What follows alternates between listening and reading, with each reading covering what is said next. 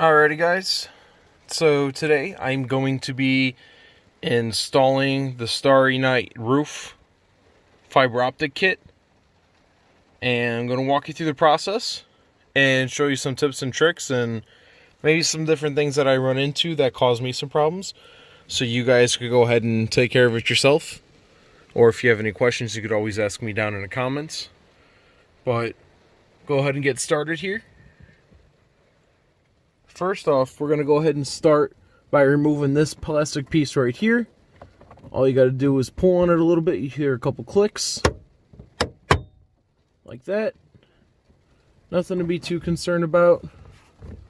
Just sort of got to wiggle it out of there. Don't have to pull it completely out. Just enough that you could go ahead and reach out to get your fingers behind the top of the headliner here. That's what it looks like inside. You got your airbag inflator right there. Careful not to mess with that too much. Watch the wires. I'd highly recommend disconnecting the battery before you start this, just so you don't mess or ruin any of this up, because you will not have a fun time. But this is all that you got to disconnect here. It's just some simple V-clips that go in and out of the holes. I'll go ahead and flip same thing. Just pull till you hear a clip, a couple clips.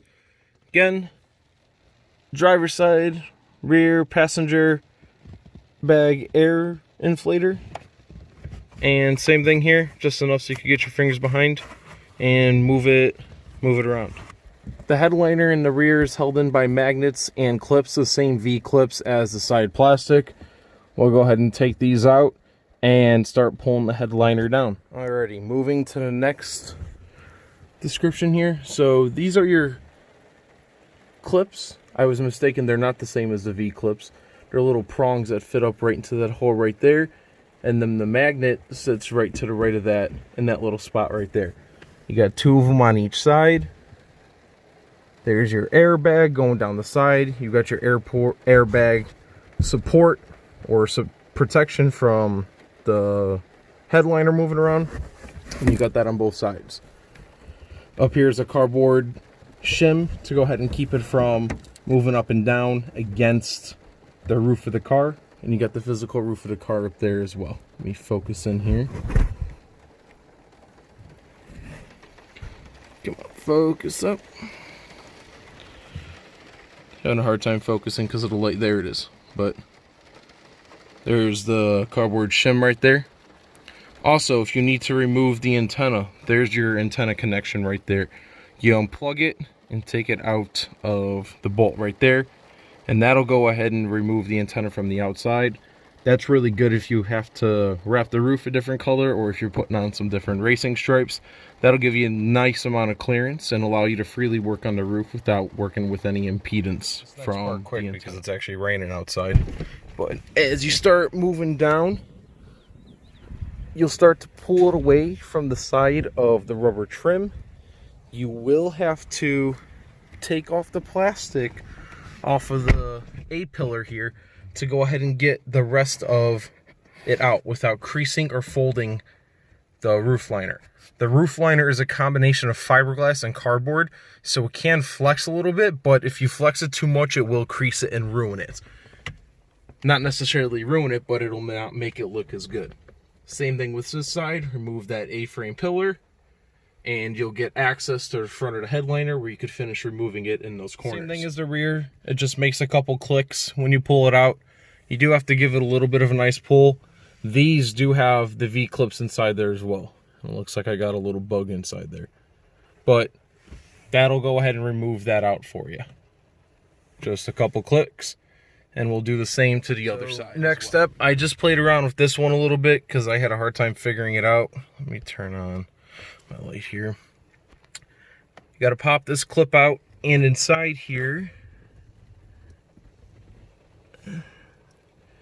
you should be able to pull out the rest of this by sliding it forward, but I'll find out by playing with it a tad bit more and seeing. This clip just popped out when I went to the front here and pulled the headliner forward. This popped out. I'll see what it goes from next to see how to pull out the rest of it. Alrighty, so just found out. All you got to do is just sort of unhook it and pull it down. There's a little bar inside there that it clips up to. It sort of goes against the part of the roof right there, the red painted part. And then there's a wire here. All you'll have to do is just squeeze that to disconnect it. Squeeze that there. Probably need both hands to do it, but you'll just unplug that plug right there, and that'll go ahead and get your power to your mirrors disconnected and allow you to freely remove the rest of the front of the headlamp. I haven't figured out how to take this one out yet. I'm going to start with removing the dome light head unit. This is fairly simple. There's just two V-clips on the right and the left that come undone. I've pulled this out before in the past. Let me see if I could do it on camera here. Just like that. There's a second one on the right hand side here. Let's see. There it is.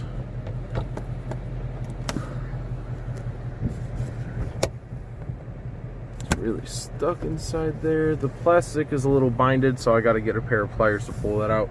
But the second one came out real easy. Like I said, one of those V-clips just goes right up into that plastic right there. And then we'll be able to completely disconnect all these wires, so the wires sit up freely inside the head of the car and stay there while we pull the rest of the headliner out. Like I said, I got to work on this one. This one's being a little bit stubborn right now, but it should be fairly easy as taking a pair of needle noses and pinching those clips together to get them out. Alrighty, so one more thing that I found out is that wire coming down right there was attached to the top there, and that wire going all the way across down there was attached to the top, and that was the wire for the lighted visors. Now, I didn't take a heat gun to remove it. I just pulled it off, and it pulled some of the backing off of the fiberglass, but it's still gonna be fine. You can't tell from the other side. But if you want to remove it a little bit better than what I did, feel free to go ahead and take a heat gun, heat it up, and it should soften the glue up just enough to go ahead and pull it off without making it melt. That I have my dash cam and my radar detector, the wiring. I'm going to clean that up and shove that in there and tuck that a little bit better so the fiber optics will fit in a little bit neater.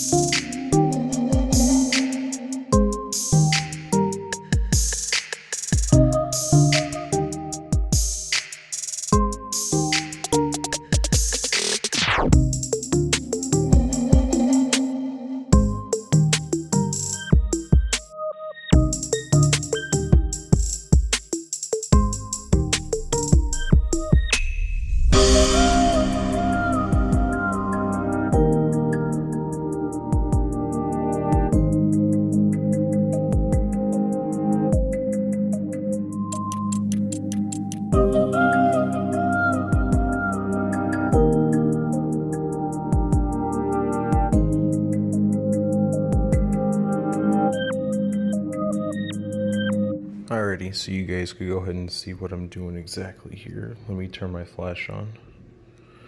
So I have the unit right here. Your standard 12 volt plug just goes in here. Unit I have works off the remote control and Bluetooth. So what I'm doing is all I'm doing is just stripping the wire down to the two inside.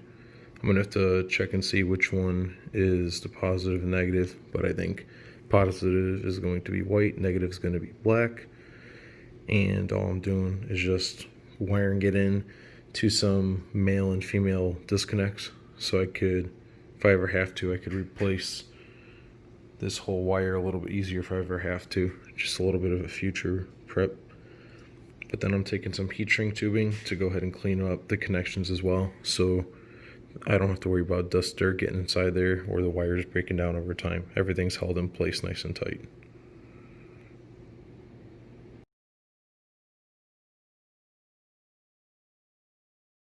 Alrighty, back out here with another update. I've been working on this probably for about 15-20 minutes now. A while back I went ahead and installed a digital touchscreen review camera that also does dash cam footage as well. This is powered along with my radar detector just right up there to the AC port that I ran wires down through the side rocker into a phase panel underneath. So for the star kit, I just went ahead and tapped it off the power supply that I was using to the front and ran the wires all the way through. And I'm going to put the kit down inside here. There's plenty of room. I took out this little rubber spacer that was back here. With that taken out, it will actually fit perfectly fine. So this is all of it powered up right here. This one has Bluetooth, like I said earlier, so I can go ahead and control it with my phone, so I don't have to worry about making sure I'm aiming the controller at it, which is real nice. And this is it rotating right here for you. It's really nice color. It may sound windy in the car right now, I apologize. It is 92 degrees outside and I am running my AC to help keep it cool inside the car. But there's the wire running down there. I put the wire behind the airbag, so if the airbag ever did go off, it wouldn't be impeded by any means. And I'm also going to run the fiber optic behind that as well. I know it'll pinch it a little bit, but it's not going to crease or mark up any of the fibers, so I want to make sure I stay safe. And if you guys do this, I want you guys to put it behind there as well. There should be plenty of space. I could fit my whole finger there, which is about the thickness of the fiber optic cable, maybe a little bit smaller, but it'll fan out and spread out to be a little thinner behind it. That'll keep you guys safe and you won't have to worry about any impedance of the airbag deploying. And then I'm just going to run it down the side panel here into the side, and like I said before, just going to stick it right behind that panel there, and the box will sit there. This exact unit itself, I ran it probably for about 4 or 5 hours inside my house. I left it in the sun inside my house behind the windows just to go ahead and test it out and make sure that it wouldn't get too hot, and no heat generated whatsoever. So I feel perfectly safe sticking it back inside there, not worrying about if it's going to overheat or not. Anyways, most of the time when we be running it will be at night. You won't be able to see it too well during the day. I will go ahead and get a clip of it all installed later. For now, I'm going to install the liner back in the car, get this all back in place, and I'll see you in the next clip. Alrighty guys, it's now dark outside, so I'm going to show you what it looks like. I think it came out really good. I have no complaints other than just it's very tedious work. I know the lighting isn't the best to record, but I can tell you right now it's actually fairly bright in here. You could see the color changing on the inside of the car. Trying to see here, but you could see the brightness go up and down inside the car as the lights go through. But I'm pleased with how the kit came out. I have no complaints. I think it looks really sharp. If you have any questions on how I did some of the wiring or any questions about the kit in general, please feel free to hit me up in the comments or on Instagram, and I'll go ahead and be able to help you out as much as I can. Thanks for watching.